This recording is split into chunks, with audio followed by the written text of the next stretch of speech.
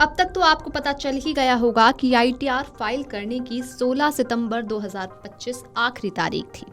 दरअसल income tax department ने रातों रात टैक्स दाखिल करने की आखिरी तारीख बढ़ाई थी, क्योंकि टैक्स पेयर्स को काफ़ी परेशानियों का सामना करना पड़ रहा था।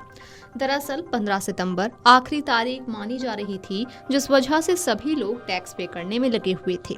15 सितंबर तक आयकर विभाग के अनुसार करीब 7 करोड़ से अधिक आईटीआर दाखिल हुए। अंतिम दिन ई फाइलिंग पोर्टल पर यूजर्स को भारी ट्रैफिक का सामना भी करना पड़ा। माना जा रहा है कि इसी कारण से सीबीडीटी ने आयकर दाताओं को रिटर्न दाखिल करने के लिए एक और दिन की मोहलत दी थी। 16 सितंबर आईटीआर फाइल करने की आखिरी तारीख के चलते अगर अब भी आपने टैक्स फाइल नहीं किया है तो आपको पता होना चाहिए कि आप अपना काफी नुकसान कर रहे हैं। ऐसा इसलिए क्योंकि देर से रिटर्न भरने पर आयकर कानून की धारा 234F के तहत जुर्माना लगाया जाता है।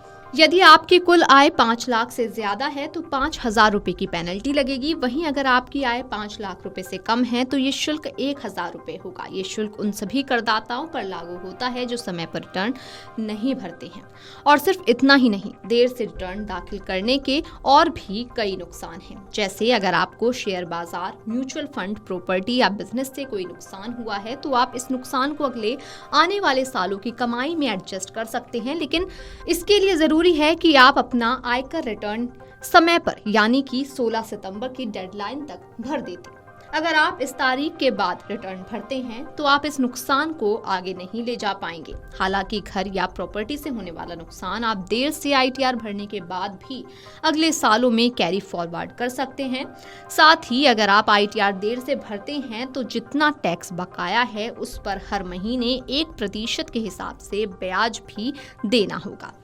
अगर आप अब आईटीआर फाइल कर रहे हैं तो आइए आपको बताते हैं कि आप कैसे आईटीआर दाखिल कर सकते हैं।